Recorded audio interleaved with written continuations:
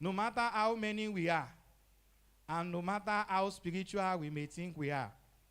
This is why St. John Mary Vianney said, there is nothing so great as the Eucharist.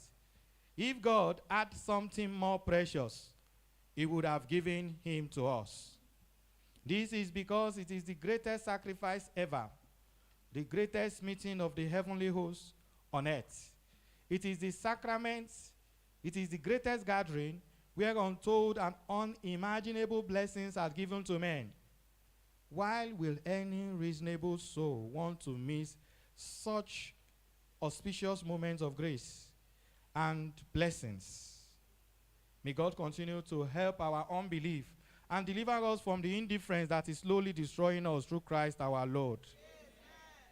Thirdly, some of us use the pronoun it to refer to the Blessed Sacrament. This can only represent poor knowledge of what this sacrament really and truly is.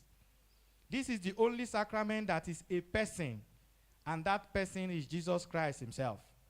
Thus, rather than use it, let us use he or him with capital H in referring to this sacrament. It is he whom we receive in Holy Communion. John 6:54 says, unless you eat my body and drink my blood, you have no life in you. Jesus is that life that dwells in us. Fourthly, some of us receive the sacrament for years without going to confession.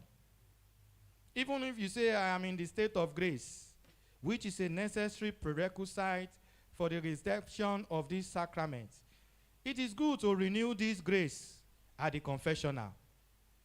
You cannot run to him in Holy Communion and then run away from him at the confessional. Frequent confession has always been a noble practice of our Catholic faith. Remember, all the sacraments exist because of and point to the Holy Eucharist. Fifth, some of us think that the Holy Eucharist of the Catholic Church is the same with the Holy Communion of our Protestant brethren. This is not the case.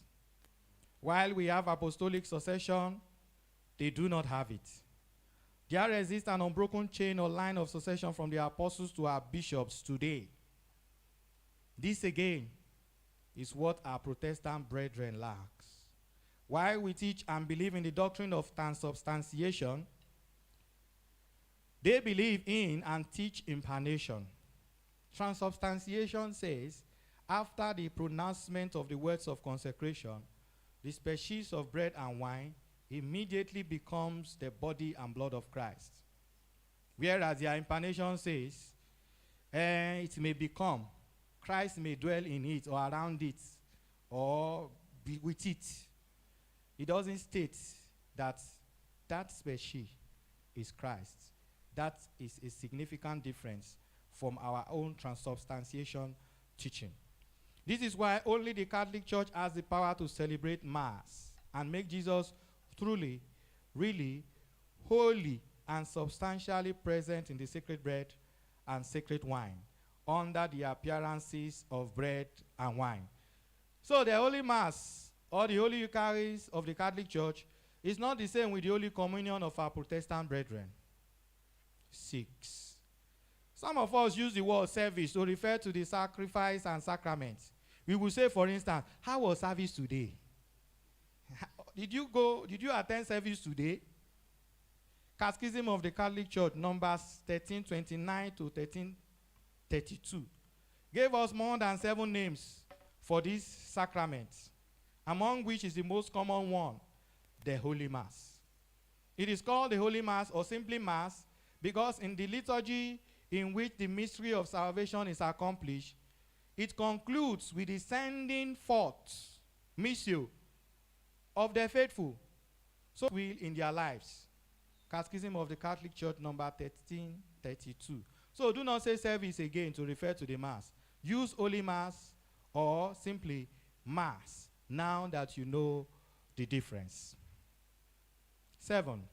Some of us think the priest has the power to change the nature of the Mass at will to suit the will of some people. I could remember someone telling me many